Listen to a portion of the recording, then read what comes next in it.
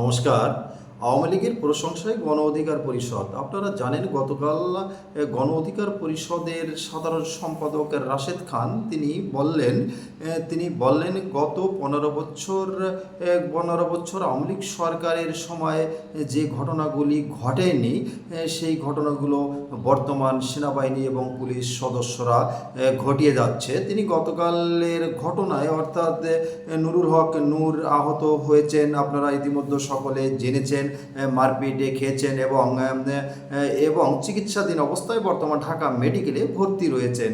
নুরুল হক নূর যে আহত হয়েছেন এবং গণ অধিকার পরিষদ যে মারপিট খেয়েছেন এর জন্য গণ অধিকার পরিষদের সাধারণ সম্পাদক তিনি সেনাবাহিনীকে দোষারোপ করলেন এবং তিনি স্পষ্ট বললেন যে সেনাবাহিনীর সদস্যরা নুরুল হক নূরকে বুট জুতা দিয়ে পাড়িয়েছে এবং তাকে মারপিট করেছে, আহত করেছে।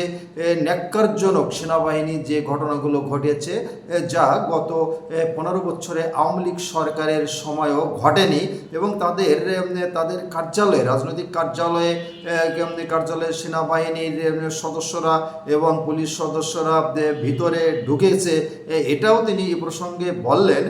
গত 15 বছরে আওয়ামী লীগ সরকারের সময় এ ধরনের ঘটনা কখনো ঘটানো হয়নি। তার মানে তিনি অন্তর্বর্তীকালীন সরকারের সময় যে ঘটনাগুলো ঘটছে সে ঘটনাগুলো কখনো আওয়ামী লীগ সরকারের সময় ঘটেনি। অর্থাৎ আওয়ামী লীগ সরকারের সময় কোনো খারাপ ধরনের ঘটনা সেনাবাহিনী বা পুলিশ ঘটায়নি, বর্তমান যা ঘটাচ্ছে। অর্থাৎ তিনি আওয়ামী লীগের প্রশংসাই করলেন। আপনারা জানেন কয়েক মাস আগে পটুয়াখালী এক জনসভা করতে গিয়েছিলেন, অর্থাৎ নির্বাচনী প্রচার বা সভা করতে গিয়েছিলেন গণ অধিকার পরিষদের আহ্বায়ক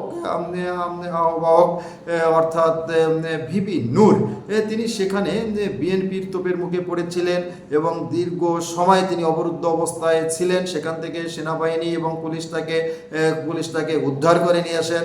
অর্থাৎ ভিপি নূরকে সেখানে প্রোগ্রাম করতে দেওয়া হয়নি, বাধা দিয়েছিল বিএনপির লোকজন। সেখানে ভিপি নূর কিন্তু একথাই বলেছিলেন, অর্থাৎ তার সাধারণ সম্পাদক রাশেদ খান গতকাল যে কথা বললেন, অর্থাৎ গত 15 বছরে আওয়ামী লীগ সরকার পটুয়াখালীতে আমাকে কখনো কোনো কিছুতে বাধা দেয়নি বা আওয়ামী লীগ সরকার যে কাজগুলো করেনি বিএনপি সেই কাজ করছে। অর্থাৎ বর্তমান সরকার যে খারাপ কাজগুলো করছে কিন্তু আওয়ামী লীগ সরকারের 15 বছরেও তা হয়নি। গণ অধিকার পরিষদের সভাপতি সাধারণ সম্পাদক এই কথাগুলো স্মরণ করে দিলেন জনগণকে। তো এই বিষয়ে আপনারা আপনাদের মতামত জানাবেন। আমি আজকে এ পর্যন্তই আলোচনা করে শেষ করছি। সবাই ভালো থাকবেন।